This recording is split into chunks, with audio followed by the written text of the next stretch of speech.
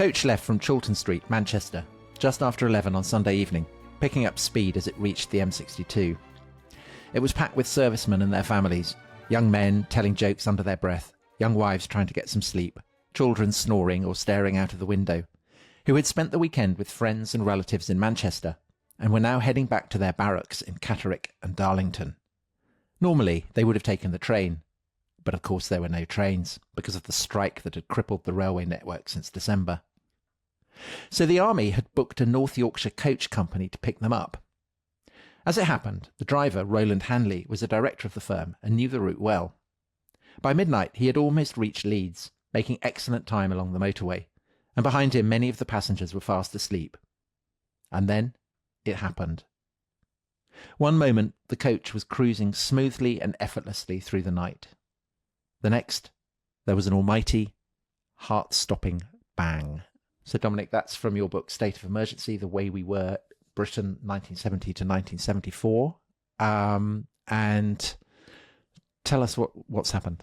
So the date is the 4th of February 1974, and this is one of the most devastating attacks launched by the IRA, the Irish Republican Army, on British soil. So what has just happened to that coach, packed with servicemen and their families, is that 25 pounds of high explosive have gone off in one of the luggage lockers.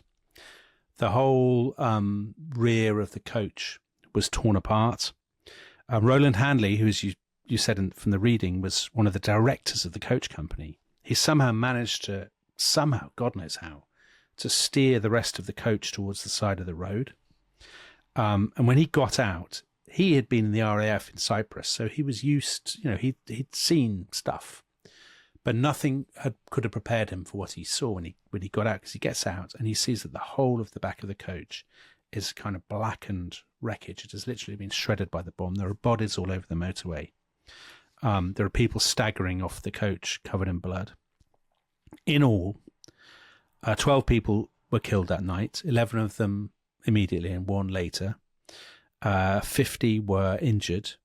A whole family was killed. So the Houghton family, Corporal Clifford Houghton, who was 23. People got married much younger in the 70s than they do today. So he was 23 and he had 2 children, a 5-year-old and a 2-year-old. And his wife Linda was travelling with them, and all 4 of them were killed. So this was one of the worst attacks up to that point on British soil of the Troubles. And it is a reminder, Tom, of something that we'll run through this whole week, which is this terrible sore, I guess, of the violence in the political conflict in Northern Ireland, which, as we said last time, had kicked off in the late 1960s. It's absolutely worthy of a Rest is History series on itself. But what has happened is that after years of terrible violence in Belfast in particular, the Provisional IRA have decided to bring their campaign to what they see as the heart of the enemy, to Britain itself. And so from March 1973, they've been detonating bombs at various points, particularly in London or in Birmingham. And this is one of the worst so far. And their strategy for doing this is basically because even though people are dying in huge numbers in Belfast and Northern Ireland, most people in Britain are, they're aware of it, of course, as background noise. Yes. But they just wish it would go away. And so the aim is partly to force the government to negotiate and hopefully withdraw from the IRA's point of view, but also just to kind of rouse public opinion in Britain against Northern Ireland remaining in the United Kingdom. It's almost, I suppose, to sort of bludgeon British public opinion into pressing for British withdrawal. Yes, some of our listeners from Ireland or Northern Ireland may be surprised to hear you say that it's background noise, but all the opinion polls, all the survey evidence shows that actually most people in England, Scotland and Wales, they'd never crossed the Irish Sea, they'd never been to Northern Ireland, they didn't understand it, and frankly, terrible thing to say in some ways, they didn't care. They found it confusing, and they were depressed by the news, but they didn't really understand it, and they didn't devote an enormous amount of thought to it. And the same is true of the government, because you say in in state of emergency, that Northern Ireland was not even the government's main priority. So effectively a civil war within the fabric of the United Kingdom, and it's not their main priority. Because as we heard in the first episode, Edward Heath has a load of other things. Well, Edward Heath is struggling with lots of different things. I mean, by the way, the government do spend, particularly somebody like Willie Whitelaw, who's Heath's lieutenant in Northern Ireland, they spend a lot of time on Northern Ireland trying to, as it were, solve it, and they consider all options. So redrawing the border, giving Northern Ireland more autonomy, giving it less autonomy, even withdrawing from Northern Ireland is an option that's very much on the table in the mid-1970s. And the thing that I hadn't realised, but was reminded reading your books again, is that actually, in a way, most people might think that it's Britain that wants to keep Northern Ireland and it's the Republic of Ireland that wants to get it. But actually, it's the other way around, certainly in the early 1970s. I mean, the Irish foreign minister is hassling Kissinger to lean on the British government not to withdraw. Get out. Yeah, not Amazing. To get out. Extraordinary, I know. And we should definitely go into that in greater detail when we come to do a series on the Troubles. But for the time being, it's just worth saying, because this is a podcast series about British politics in 1974, that throughout the rest of the year, there is an IRA bombing pretty much every week in Britain. So on the 13th of February, for example, what is it? Just 9 days after the M62 bombing, there is a bomb in Latimer, Buckinghamshire, the National Defence College. 10 people are killed. 10 people are hurt, but nobody is killed. So there is that. There was also the attempts of the British authorities to try and find the culprits. So with the example of the M62 bombing, they effectively coerce a confession out of a mentally ill woman called Judith Ward, a confession that proves to be, completely erroneous. Right, and this isn't the first time it will happen. No, well, it's not the last time. Bomb attack in 1974. Bomb attacks. Sorry, yes, the last time, yeah. And then terrible miscarriages of justice that follow. So all of Dominic, this... and also just to say that of course, this is an army. This is a coach that is taking people from the army. Yes. So from the point of view of the IRA, the army are a particular target. Yeah. But they are also letting off bombs that will target civilians in London. Department stores, shops. And as we will see in restaurants, pubs as well. And pubs, as we will see. Exactly. Yeah. So this is the background to the election that we ended the last episode with, the February 1974 election, which Ted Heath calls 3 days after the M62 bombing. So as we said, Britain literally feels like a dark place. It's the 3-day week, streetlights turned off, no floodlighting, electric sort of neon adverts turned off. So you say in your book, nobody could remember an election in grimmer circumstances. Well, nobody can. I mean, there's never been an election in people's memory in which the stakes seem higher or the context seems gloomier. Or the chance of a positive outcome.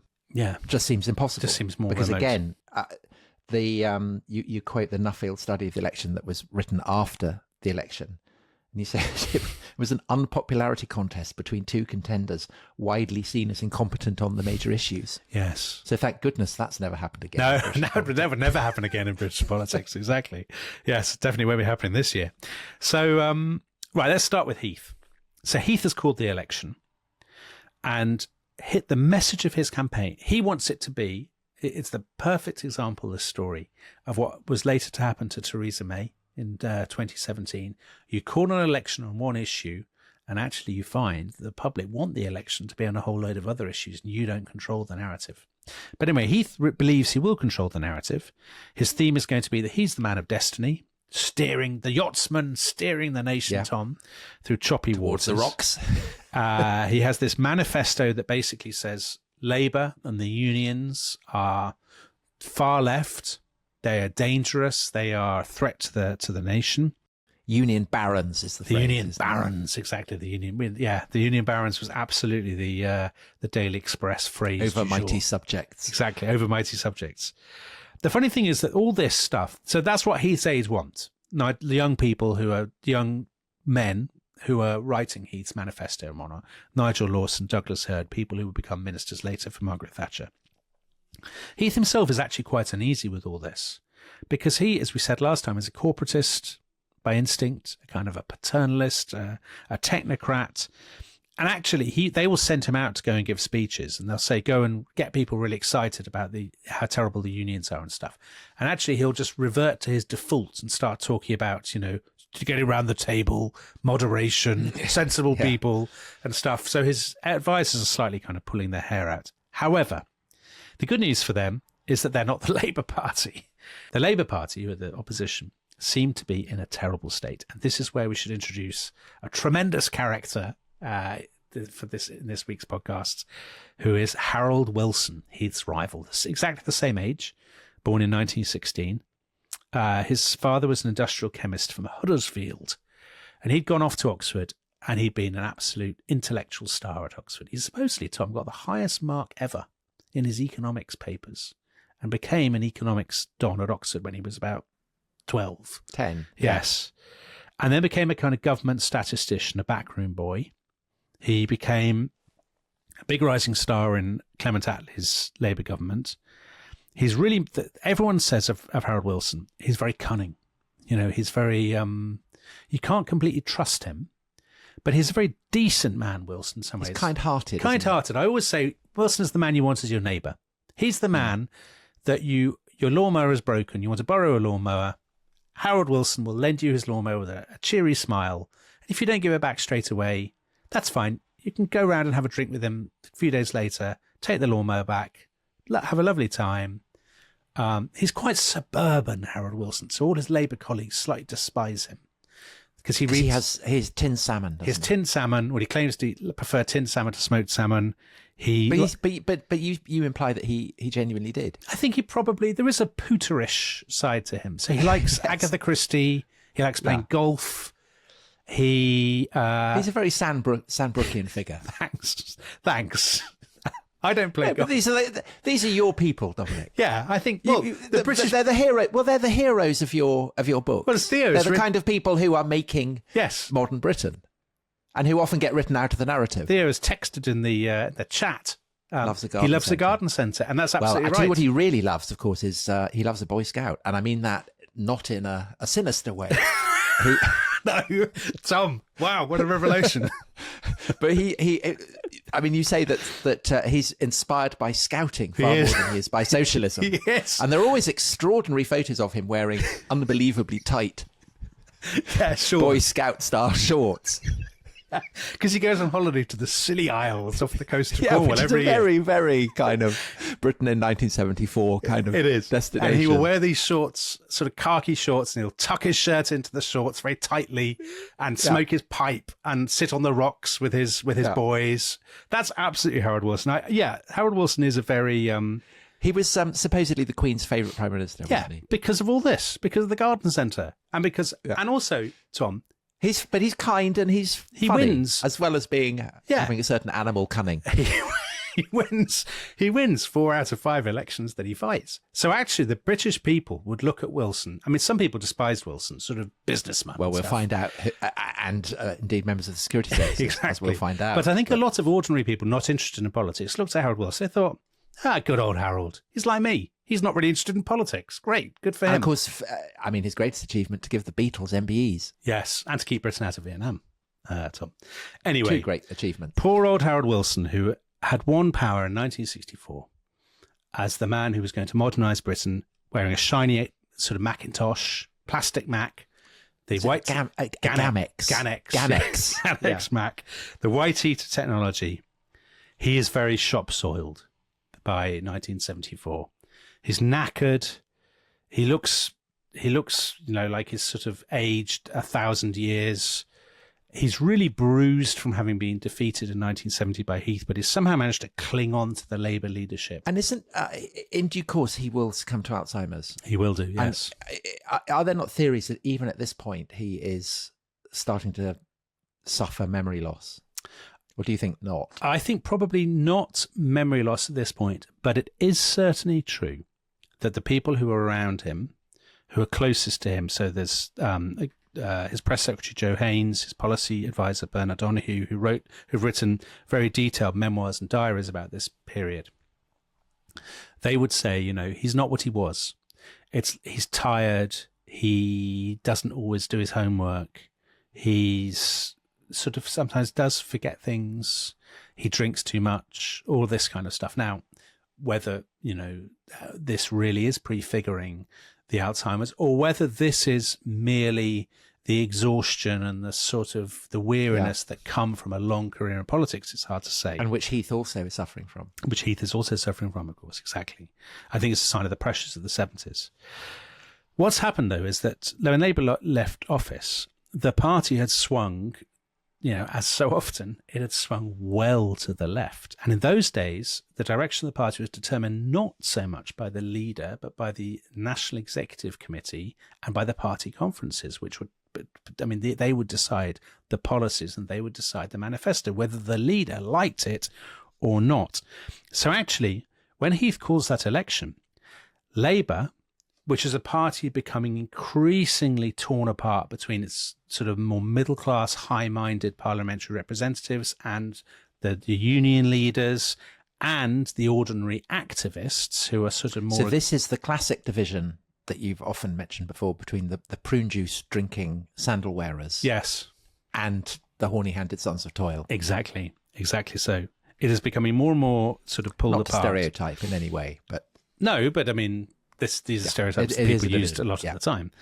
And it's got a manifesto that has been drawn up by the left of the party that commits the Labour Party, formerly technocratic under Wilson in the 60s, to a fundamental and irreversible shift in the balance of power and wealth in favour of working people and their families. And the tribune for this is a man called Tony Benn, who will be familiar to regular listeners of the podcast because he was the winner of the second historical Love Island, wasn't he? He was. Who did he win it with? Mary Fisher. Mary Fisher. Was she a top Quaker or something? Yeah. She was a top Quaker. Yeah. So it's very earnest. He's very earnest, Tony Benn. He was formerly Viscount Stansgate.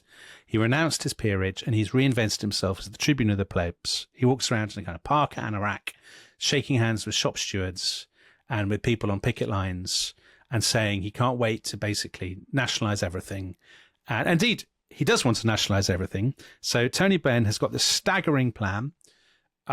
Labour, when they get in, are going to create something called the National Enterprise Board. And the National Enterprise Board, which sounds very boring, what it will actually do is it will force all of industry to sign planning agreements with the government. So 5-year plans and stuff. Benn wants to have an Emergency Powers Act and an Emergency Industrial Act that will allow him to take over the top 25 companies in Britain and effectively run them himself from Whitehall. And a lot of his own Labour colleagues think this is absolutely bonkers. So my favourite line, which will be completely lost on our overseas listeners, Dennis Healey, who is the Shadow Chancellor, said to him, what a brilliant idea. Why don't we nationalise Marks and Spencer's to make it as good as the Co-op? And Tony Benn was Marks and Spencer is slightly top end, and the Co-op isn't. And Tony Benn was very offended by this and said this shows that Dennis is actually very right-wing and capitalist running dog and all this sort of stuff. So this is the plan that Labour are going to the public with. This plan, not only are they're going to nationalise loads of things, they're going to force companies to sign planning agreements. This in the context of the massive inflation and the credit crisis and all of that stuff. But also, Tom, they're going to have a referendum on leaving the European Common Market. And Britain's only been in for a year. Yeah. But they want Tony Benn and co. They say, no, this is a terrible capitalist plot. It's a capitalist plot by pampered European fat entirely cats. Wrong. Really, it is. The European Union is very as it becomes is very capitalist, isn't it? I suppose it is. It's committed to. So Jeremy Corbyn, who in a way is Tony Benn's kind of political heir. Well, Tony Benn regenerated. Almost certainly. Didn't. Yes, exactly. Pretty sure voted to leave. Exactly. In the more recent referendum. So no, exactly right, Tom. So if you're a pro-European, the thought of Labour winning power on this kind of agenda is quite worrying. It was genuinely very worrying. And of course, this is the most radical agenda that anybody has really gone to the public with since 1945, arguably even longer, because someone like Tony Benn seems to the press to be a Bolshevik, a sort of somebody who is going to turn Britain into a North Korea, or all this stuff that you see in the newspapers. Well, Warsaw Pact country, kind of East Germany. Germany, exactly. But isn't, ironically, the person, the figure in the Labour Party who comes up with the phrase that articulates this sense of dread on the part of the middle classes and so on, is actually Dennis Healey, who made the joke about Marks and Spencer. Yeah, because he comes up with the famous phrase that his aim is to squeeze the rich and make the pips squeak. Yes, and it's that phrase, making the pips squeak, that kind of gets written up by the Daily Mail, Daily Express, Telegraph. Exactly. So Dennis Healey, who actually is going to turn out to be a much more pragmatic chancellor and arguably much more sort of right wing than anybody anticipated. Like, what's happened is that the sort of left-wing mood has sort of seeped into the rhetoric of even people on the right of the Labour Party. So he says exactly that. He says, actually what he says is, we're going to squeeze property developers until the pips squeak. But that, as you say, is written up as they're going to squeeze the rich and the middle classes. Oh no, what a disaster. And of course, this is at a time when taxes are very, very high. So the highest rate of income tax is 83%, Tom. And so Dennis Healey is, he's another of because he kind of storms the beaches at Anzio. Yes. Friend of Edward Heath, as you said in the first part, always boasting about his hinterland. Yeah. Always kind of dropping poets into conversations. Yeah, he'll talk about Flaubert or Turgenev or something and annoy people by doing that. I was startled to learn from your book that that one of his favourite things to do at weekends was to answer the phone in the broken English of a Chinese laundry proprietor. Yes, he did. That was unexpected. Yeah, he would do a lot of... Dennis Healey Dennis Healey is one of my favourite people, Tom, who've ever lived. Huge eyebrows. Massive eyebrows. He went to the same Oxford College as Ted Heath. And you. And me. And indeed Rory Stewart from the Rest is Politics. So, all good. He's a great family man. He's not a sort of, he doesn't spend all his time hanging around in the House of Commons. He likes to go home and be with his family, which I admire. But he's like Tony Benn. Like Tony Benn. Very uxorious. But unlike Tony Benn, he's an enormous bully. So he's extremely rude to other Labour MPs.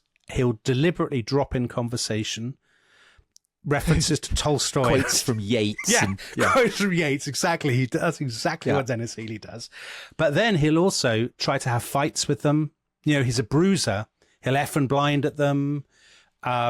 He's just a man who I just think he's an absolutely splendid man. Dennis Healey's the man I would like to be honest with you. Yeah, I can see that, Dominic. I can see that. So anyway, that's the Labour Party. They've got their tremendously left-wing manifesto. Nobody thinks they're going to win, really, but people are terrified in the city, in business and so on. They're absolutely terrified about the prospect if they do. So if you are, rich in February 1974, if you work in the City of London, if you own a business, things are looking very, very bleak for you. Taxes are very high. Inflation is through the roof. There's been a property bubble that has now burst.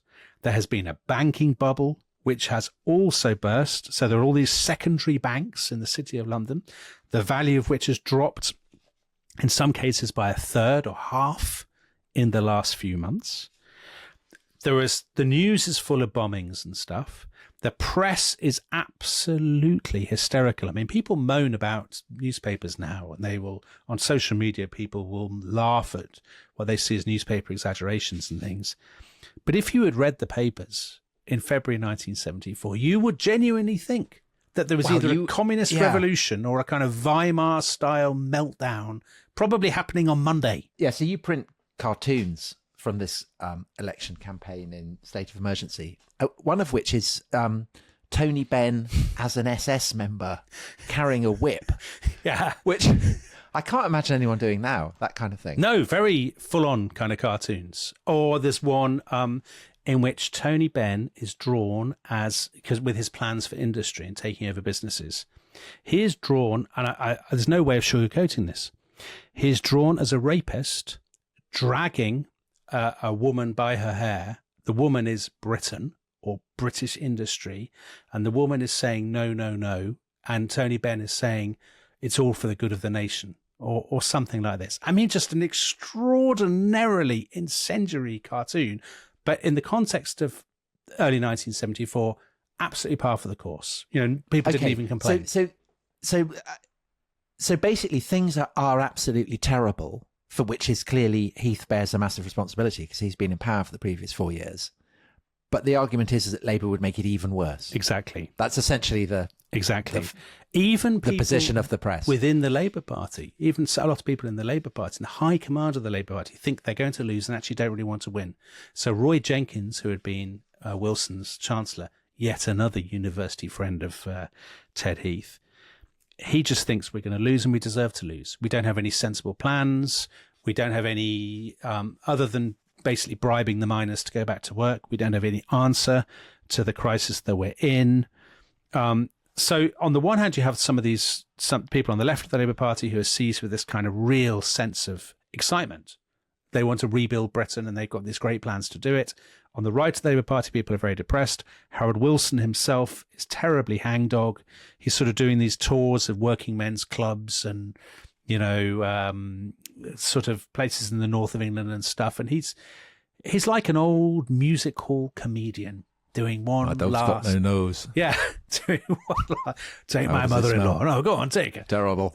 So he's sort of doing this last routines and then he'll go off into retirement. Right. So it basically, it looks as though the Conservatives are going to win. Yeah. That Heath's gamble is paying off. There seems very little prospect of a Labour victory. But, ladies and gentlemen, is that actually the case? We will find out after the break. What a cliffhanger. Hello, welcome back to The Rest is History. We are looking at 1974, the worst year in modern British political history, according to top historian of the period, Dominic Sambrook. And Dominic, we're looking at the first election campaign of 1974, and things seem to be going well for Edward Heath and the Conservatives, despite the fact that they've messed everything up. Are there any kind of chinks of light that might give Harold Wilson and Labour any encouragement at all? Tom, there are. So the polls are pretty much, they're vaguely neck and neck. The Tories are normally ahead. So sometimes the Tories are ahead by 5% or so. And Heath's strategists think, people don't place as much store by opinion polls in the early 70s as they do and presumably today. They're not as common. And they're not as common and they're not as accurate, frankly. So Heath's advisors are pretty confident that by the time the public vote, they will get a margin of victory, 5%, maybe 10%, that they will do it. And almost everybody in the press thinks that. However, there are, as you say, chinks of light for Harold Wilson. First of all, there is another party, Tom, that we haven't mentioned. Our old friends, the Liberal Party. So led by very much a friend of the show, yes, Jeremy Thorpe. Jeremy, the dog killing. Yes. Yeah. So if you have, we did a podcast about the Jeremy Thorpe's bizarre. I don't know how to describe it because it's so baroque. He'd had a relationship with a stable hand called Norman Scott, who thought that Jeremy Thorpe had stolen his national insurance card. Jeremy Thorpe then conspired to have him murdered by either being eaten fruit machine salesman, by a fruit machine salesman and carpet salesman. They were either going to drop him down a mine shaft. They were going to have him fed to alligators in the Florida Everglades, or they were going to poison him in the pub. Remember, he was going to fall off his bar stool in the pub. They didn't do all that. They ended up murdering his dog instead, and they got an airline pilot to murder his dog. And it went to trial, and Thorpe got off. Yeah. But this is all. So this is later. Yeah. Later in the 70s, and you can hear it in one. I think the first episode we did on British politics in the 70s. That's right. Actually. Yeah. But it's a fabulous episode. So anyway, at this point, Jeremy Thorpe, he's a bounder, isn't he, Tom? He is an absolute a cad and a bounder, but in a very amusing way. He's very good. He's a droll. He's a kind of Captain Cook style Etonian. Captain Cook? No, sorry. He's a Captain Hook style Etonian. Right, except he has two hands. So he's and he's not the one who's being chased by large reptiles with huge teeth. He plans to set reptiles on other people, and he's also not a pirate. But he's the leader of the Liberal Party. Well, although, I mean, he's fond of a seagoing vessel, isn't he? Because in the second election, he's a great enthusiast for hovercraft. He is. The parallels, I think, are not far-fetched. Uncanny.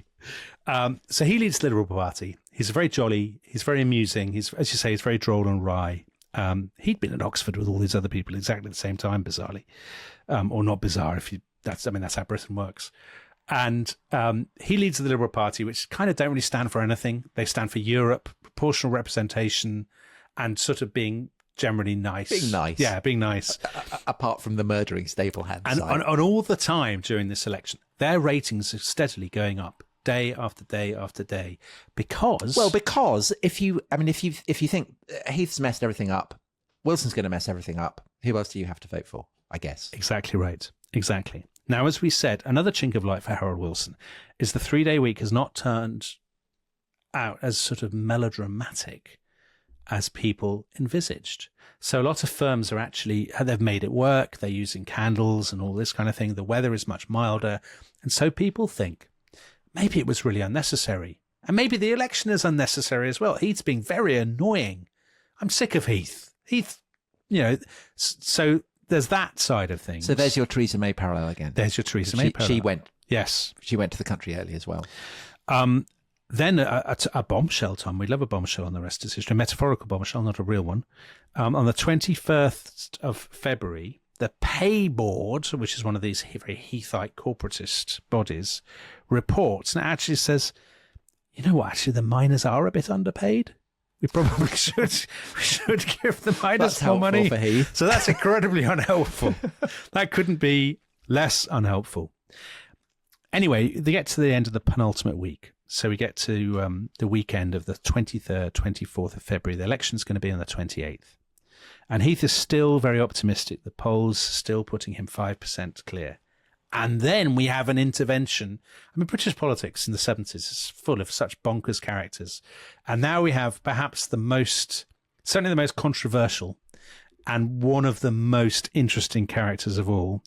And that is the Member of Parliament for the great city, not that it was a city then, of Wolverhampton Southwest, a man of Birmingham, Tom, like the Holland family ancestors, I believe. And the Sandbrooks, right? Well, we're more Black Country, to be honest. And this is Enoch Powell. So Enoch Powell. Yeah. How do you explain Enoch Powell, Tom? So Enoch Powell, probably best known as a translator of Herodotus. The youngest professor of Greek in the British Empire. Yes. Great scholar of Herodotus, but then went on to become a very significant figure in the Tory party, didn't he? He did. And actually, I mean, it's a joke. He's not really best known for Herodotus. He's best known for his Rivers of Blood speech, where he predicted that the result of immigration into Britain would be kind of race war. Yes, exactly right. In 1968. So he was kicked out of the Tory. So Heath sacks him immediately, doesn't he? He did indeed. And he becomes an implacable opponent of Heath. But he's also a free marketeer, isn't he? He's a free marketeer. So all the kind of corporatist thing, when Heath introduces that, Powell is very, very withering about it. Totally withering. In introducing a compulsory control of wages and prices in contravention of the deepest commitments of this party, has my right honourable friend taken leave of his senses? That's Enoch Powell. That is Enoch It's like Powell. he's in the room. That's not bad, is it? It's not bad. I think he's a tiny bit more. I don't think he's as boring as that. I think there's a kind of. Oh, he does. He talks in a low monotone. It is, but it's quite a hypnotic, compelling monotone, Tom. I don't think he's actually. He's turned into a noddy holder there. Yes. That's a generic 70s. No, he talks like that. Through gritted teeth. Anyway, Enoch Powell has this massive following among kind of some Tory grassroots, but also people who are not interested in politics, but actually are interested in immigration. They don't like it. Enoch was right. Enoch was right. Yeah, there's a populist side to Powell, I think. So he's a fascinating character because on the one hand, he is by far one of the most cerebral members of the Commons. You know, he's always kind of reading Haussmann and thinking speaks Urdu, doesn't he? Has taught himself Urdu and is sort of writing learned treatises about Herodotus or about the Bible.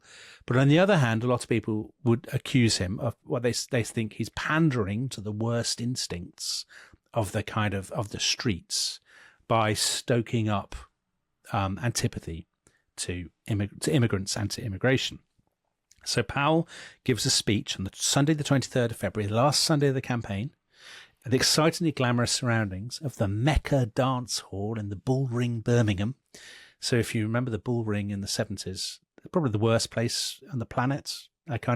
Well, unless you're Telly Savalas, in which case it's his kind of city. That's right. Telly Savalas did an advert for Birmingham. Sorry, this whole podcast has turned. Must be so obscure to so many people listening to it. Anyway, he goes to the Bull Ring, which is terrible. This sort of dreadful brutalist building.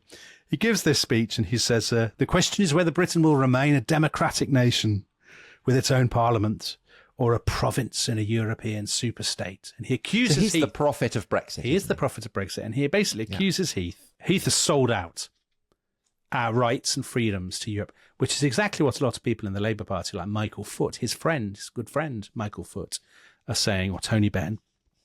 And he says, I'm not standing for re-election this campaign because it's a false campaign. It pains me, but I can't do it. And he says, you should not vote for the Conservatives, for my party. You should vote for the only party that will give you a referendum on Europe, which is the Labour Party. And this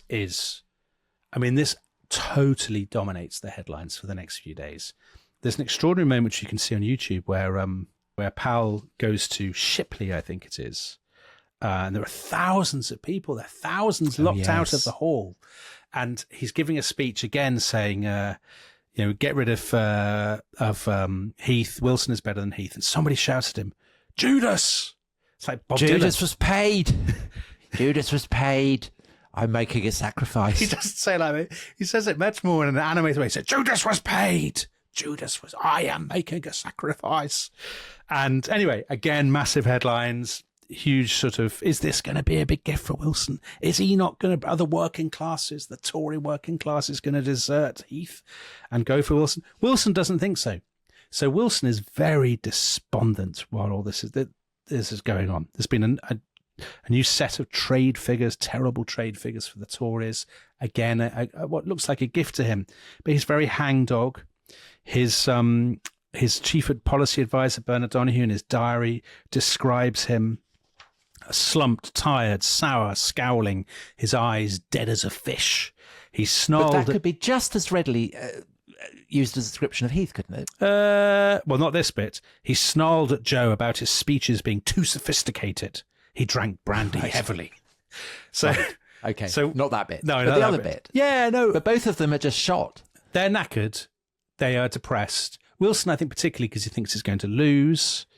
And doesn't he set up a kind of weird thing where he's so confident that he's going to lose, he kind of arranges for dummies to go on different cars so that he can't be tracked and he's going to end up in a farmhouse in the middle of the country? It's not quite dummies, but yes, it's basically. So we'll get into that in just a sec, Tom. It's a great story. So the last few days of the campaign, Wilson makes a final broadcast, very anodyne, just says, it's actually terrible. Trade unionists are people. Employers are people. We can't go on setting one against the other. Just meaningless babble. Yeah. And then Heath gives... Centrist gibberish. The rest is politics, basically. Then Heath gives his final broadcast on the Tuesday, and this is absolutely ludicrous. The narrator... There's footage of Heath on his boat, and the narrator says, an extraordinary man, a private man, a solitary man, perhaps single-minded sums it up. This is a man the world respects, a man who has done so much, and yet a man who has so much left to do. So you've got a choice of Wilson saying nothing or Heath on his boat. On a yacht. Yeah, exactly. Yeah. Election day, Thursday. All the papers say, the headlines are, it's Heath by 5%. A handsome win for Heath. But nobody's actually voted yet. So this is, this is literally counting the ballots before they've been cast. Wilson, as you said, Tom, he thinks he's going to lose.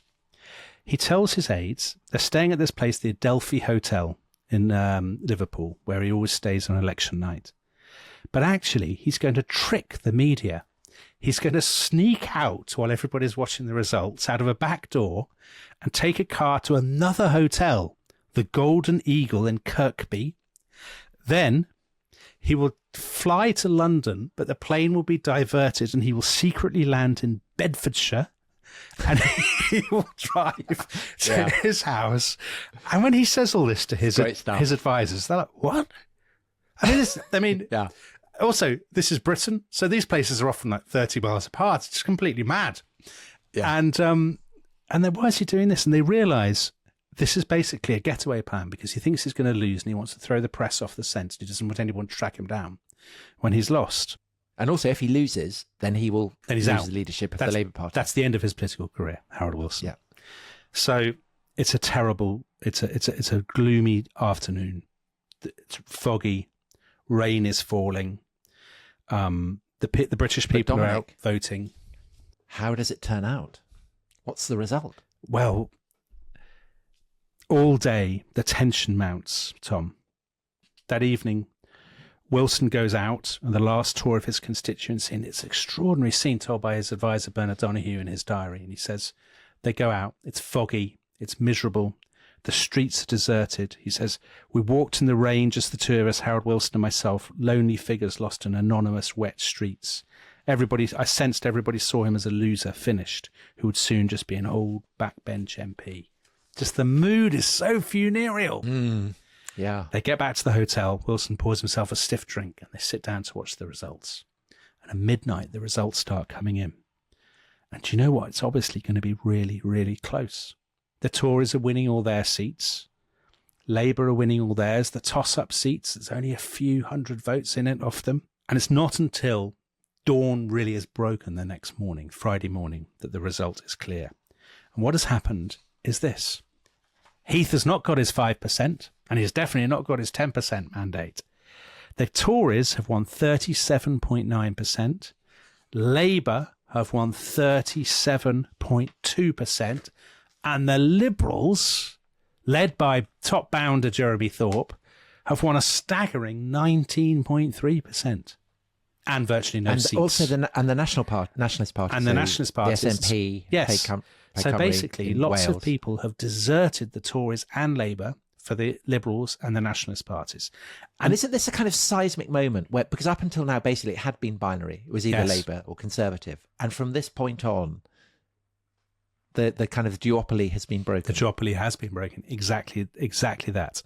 Now in seats, because of Britain's political system, the picture is even more complicated. So the Liberals, with their 19%, they've actually got fewer seats than they have percentage points. They have 14 seats and almost a fifth of the vote. Tremendous. That's first past the post is its best. Because we should explain for non-British listeners that the parliamentary system in Britain is pretty brutal for parties that, not for the large parties. Exactly. If you finish a close second in every village and town in the country, you'll have no MPs. No MPs. Yeah, that's the way it works. That's just life. It's tough. So Labour have 301 seats. The Tories have 297. So despite having more votes, a higher percentage of the vote, they have fewer seats. And the Liberals 14.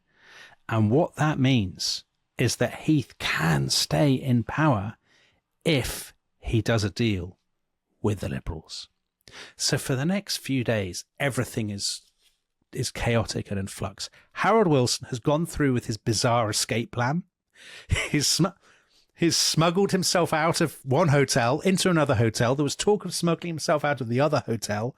And actually, he's gone back to his farm in Buckinghamshire and he's holed up there waiting to see what happens. Heath is clinging on. And one reason he's clinging on, his justification, is going to be Europe to some degree, Tom, because the Tories and the Liberals are both nominally pro-European parties. And this will, they don't believe in a referendum to get out of the common market. And so, but presumably it's a measure of the fact that membership of the common market hasn't yet become the salient issue that it, for instance, has been in Britain over the past decade.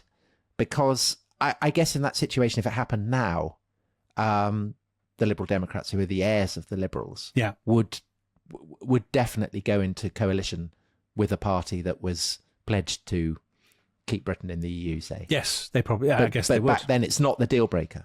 No, because I think in most people's minds, the issue of the unions, the economy, and indeed the Heath government's performance, they loom much larger as... So why does Thorpe say that he's not going to go into coalition with Heath? Well, he doesn't straight away. So he also has an elaborate escape plan.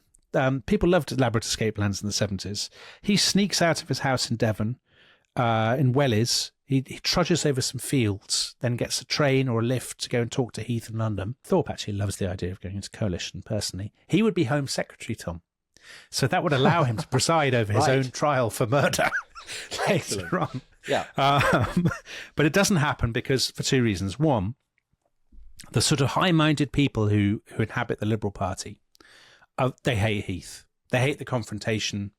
They think, why can't we just get around a table with the unions and give the miners what they want? You know, they don't like, they're sort of woolly people. You know, they don't like Ted Heath. And also, they really want a reform of the voting system. They think that voting system that has penalised them is unfair, shockingly. Which was the price that they demanded for going to coalition with Conservatives in 2010. Yes. Now, the difference is that in 2010, the Tories were desperate to get into government. So they're basically, and they also thought that they would win the referendum on changing the voting system, which they did. Heath and the Tories then, they don't want to let the Liberals in. They don't really want to let the Liberals in. They're knackered. They don't want to change the voting system. And they basically, you know, their heart's not really in it. So on the Monday, Thorpe rings Heath and he says, listen, you know, your guys don't really want it. My people really don't want it. It's not going to happen. You know, we're not going to do this deal.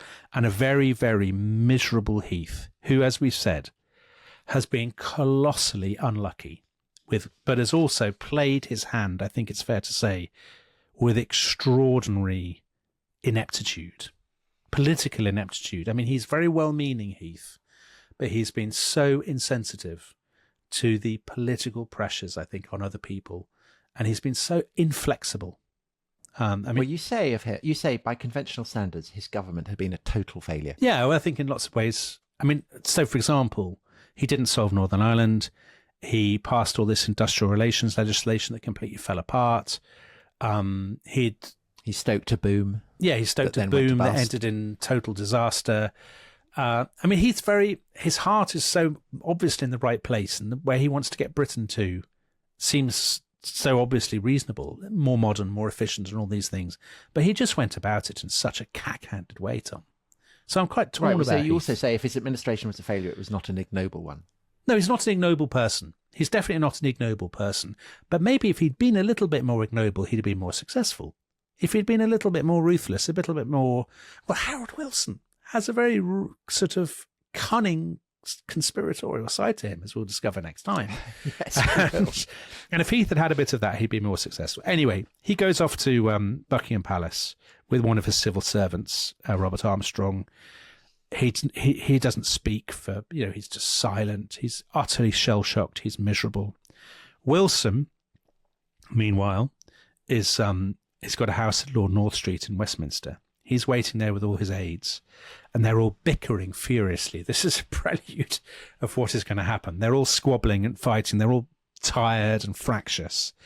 And about at 7:00 that Monday, the 4th of March, he gets the call. Would you come to the palace to meet the Queen? So he goes. They all go in a rented Daimler. His aides are all stuffed into the back of the car. He and Mary, his wife, go up to meet the Queen. The aides sit downstairs. They're miserable because the palace heating has been turned off because of the 3-day week. And no one's offered them a drink. So they're all grumpy. And then Wilson comes out, gets in the car. He goes off to Downing Street. When he was a little boy, maybe about 9 or 10 or something, I mean, he talked about his love of shorts. And he was wearing colossal shorts then. He'd been photographed by his parents. Do you think they're the same ones? And they possibly. Continue to wear them. His parents had photographed him, Tom, as a little boy on the steps of Number 10, because you could walk right up to it in those days. And now he gets out of the car and he's such a shabby-looking figure, you know, kind of crumpled suit, tired, colossal bags under his eyes. And he stands there outside the door. The photographer's bulbs are kind of popping. And he says... We've got a job to do. We can only do that job as one people. And I'm going right in to start that job now. But what follows, Tom, is more bizarre, comical, and baroque. I can So I've read all your books, and I have to say that what is following is the weirdest and most darkly funny chapter in all your books. Join us, as we said yesterday, for Beer and Sandwiches in number 10 with Harold Wilson and Lady Falkender, Marcia Williams. Great scenes. Great scenes hardly does it justice. So either way, we'll see you very soon. Thanks so much for listening. Bye-bye. Bye-bye.